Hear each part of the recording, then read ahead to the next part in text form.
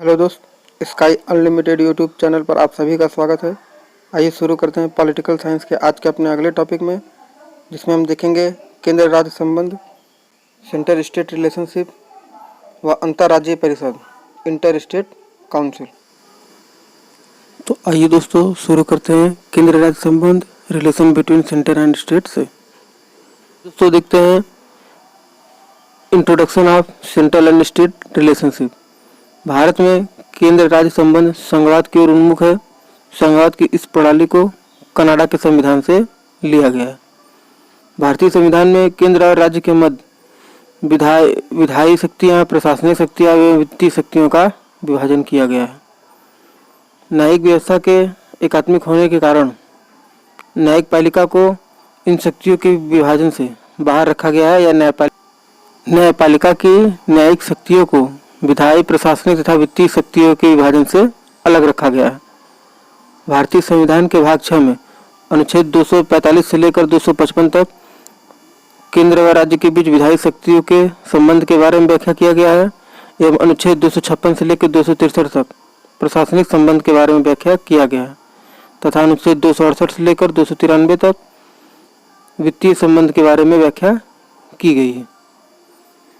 भारतीय संविधान का अनुच्छेद 280 केंद्र व राज्यों के बीच कराधान व्यवस्था के निर्धारण व बंटवारे के लिए वित्त आयोग का गठन करता है। तो आइए दोस्तों देखते हैं केंद्र व राज्यों के बीच संबंधों के बीच तनाव के प्रमुख कारण। पहला, राज्यपाल की नियुक्ति तथा राज्यपाल की उनके राज्य में भूमिका के संदर्भ में। दूसरा, राष्ट्रपति शासन का अत्यधिक अनुचित प्रयोग। राज्य में कानून व्यवस्था बनाए रखने के लिए केंद्रीय बलों की राज्यों में तैनाती, जिसका उदाहरण नॉर्थ ईस्ट या अफस्पा जैसा कानून है। राज्य के लिए वित्तीय आवंटन में भेदभाव, अखिल भारतीय सेवाएं व राज्य सूची के विषयों पर केंद्र का अतिक्रमण। ये कुछ प्रमुख कारण हैं जिनकी वजह से केंद्र व राज्यों के बीच तनाव उत्पन्न होता है। भारतीय संविधान की 7वीं अनुसूची के अंतर्गत केंद्र व राज्य के बीच विधायी शक्तियों के विभाजन के लिए त्रिस्तरीय व्यवस्था की गई है, जिसे हम सामान्यतः 3 सूचियों से जानते हैं। केंद्र व राज्य के बीच शक्तियों के विभाजन के लिए 3 सूची निम्न है: संघ सूची, यूनियन लिस्ट, राज्य सूची, स्टेट लिस्ट, समवर्ती सूची, कॉन्करेंट लिस्ट। तो आइए दोस्तों शुरू करते हैं पहली सूची संघ सूची से, जिसे हम यूनियन लिस्ट भी कहते हैं। राष्ट्रीय महत्व के विषयों को संघ सूची में शामिल किया गया है। इन विषयों पर कानून बनाने का अधिकार केंद्रीय विधायिका या संसद को होती है। इस सूची में कुल 98 विषय शामिल हैं, जिसमें रक्षा, विदेश मामले, युद्ध, अंतर्राष्ट्रीय संधि, विदेशी व्यापार, दूरसंचार इत्यादि आते हैं। अगला दोस्तों राज्य सूची, स्टेट लिस्ट। स्थानीय महत्व के मामले में कानून बनाने का अधिकार राज्य विधानमंडल को है, लेकिन कुछ मामलों में संसद भी कानून बना सकती है। इस सूची में कुल 59 विषय शामिल है, जिसमें कुछ प्रमुख हैं: लोक सेवा, कृषि, कारागार, पुलिस, सिंचाई व स्थानीय शासन इत्यादि। अगला है दोस्तों समवर्ती सूची या कंकरेंट लिस्ट।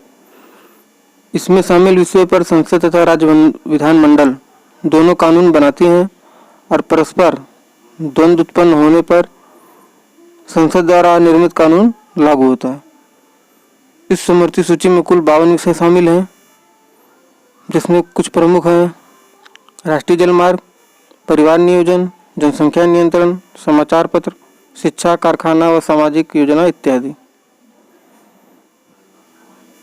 अगला है दोस्तों अवशिष्ट शक्तियां या अवशिष्ट विधायी शक्तियां।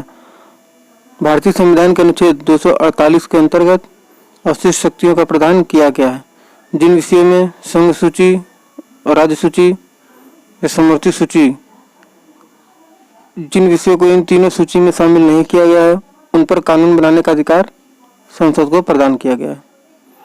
असाधारण परिस्थितियों में भी संसद राज्य के विषय में कानून बना सकती है, जैसे आपातकाल के दौरान, अंतर्राष्ट्रीय सीमा संबंधी मामलों में वह राज्य द्वारा अनुरोध या उनकी सहमति पर संसद चाहे तो राज्य के विषय पर कानून बना सकती है। समय समय पर दोस्तों केंद्र व राज्य के मध्य विवाद को सुलझाने के लिए कई आयोगों का भी गठन किया गया है, जिसमें कुछ प्रमुख आयोग हैं। प्रशासनिक सुधार आयोग 1966, राजमन्नार आयोग 1969, आनंदपुर साहिब प्रस्ताव 1973, सरकारिया समिति 1983 व पुंछी आयोग 2007। कुछ इम्पोर्टेंट आयोग हैं दोस्तों, जैसे सरकारिया आयोग। इस आयोग में रणजीत सिंह सरकारिया या RS सरकारिया के नेतृत्व में 3 सदस्यीय आयोग का गठन किया गया 1983 में। इस समिति के 2 अन्य सदस्य हैं, B.C. रमन व MR सेन। इस समिति ने 1987 में अपनी रिपोर्ट पेश की, जिसमें कुल 247 सिफारिशों को प्रस्तुत किया गया। अगला दोस्तों पुंछी आयोग या पुंछी कमीशन। इस आयोग का गठन अप्रैल 2007 में भूतपूर्व मुख्य न्यायाधीश मदन मोहन पुंछी की अध्यक्षता में किया गया। इसके 4 अन्य सदस्य थे, धीरेन्द्र सिंह, विनोद कुमार, प्रोफेसर NR माधव मेनन व डॉक्टर अमरेश बागची। केंद्र राज्य संबंधों के पुनः आकलन के लिए इस आयोग का गठन किया गया था। केंद्र व राज्य के मध्य विवादों को सुलझाने के लिए दोस्तों अंतर्राज्यीय परिषद का भी गठन किया गया है। भारतीय संविधान के अनुच्छेद 263 के अंतर्गत केंद्र व राज्यों के बीच समन्वय स्थापित करने के लिए राष्ट्रपति एक अंतर्राज्यीय परिषद की स्थापना कर सकता है। पहली बार अंतर्राज्यीय परिषद की स्थापना 1990 में हुई थी। इनके कुछ प्रमुख सदस्य होते हैं प्रधानमंत्री और उनके द्वारा मनोनीत 6 कैबिनेट स्तर के मंत्री, सभी राज्य के मुख्यमंत्री व सभी संघ शासित क्षेत्रों के प्रशासक। ये सभी अंतर्राज्यीय परिषद के सदस्य होते हैं। अंतर्राज्यीय परिषद की बैठक वर्ष में 3 बार की जाती है, जिसकी अध्यक्षता प्रधानमंत्री तथा उनकी अनुपस्थिति में प्रधानमंत्री द्वारा नियुक्त कैबिनेट स्तर का मंत्री उसकी अध्यक्षता करता है। अंतर्राज्यीय परिषद की बैठक के लिए दोस्तों कम से कम 10 सदस्यों का उपस्थित होना आवश्यक है। अंतर्राज्यीय परिषद को राज्यों के बीच उत्पन्न होने वाले विवादों की जांच करने के लिए व सलाह देने के लिए कुछ या सभी राज्यों का केंद्र के साथ विवाद या केंद्र व राज्यों के बीच समान हित के विषय का पड़ताल करना व विमर्श देने का अधिकार अंतर्राज्यीय परिषद का होता है। तो दोस्तों हमारा आज का यह वीडियो आपको कैसा लगा, और यदि अच्छा लगा हो तो कृपया लाइक, शेयर एंड सब्सक्राइब जरूर करें। धन्यवाद।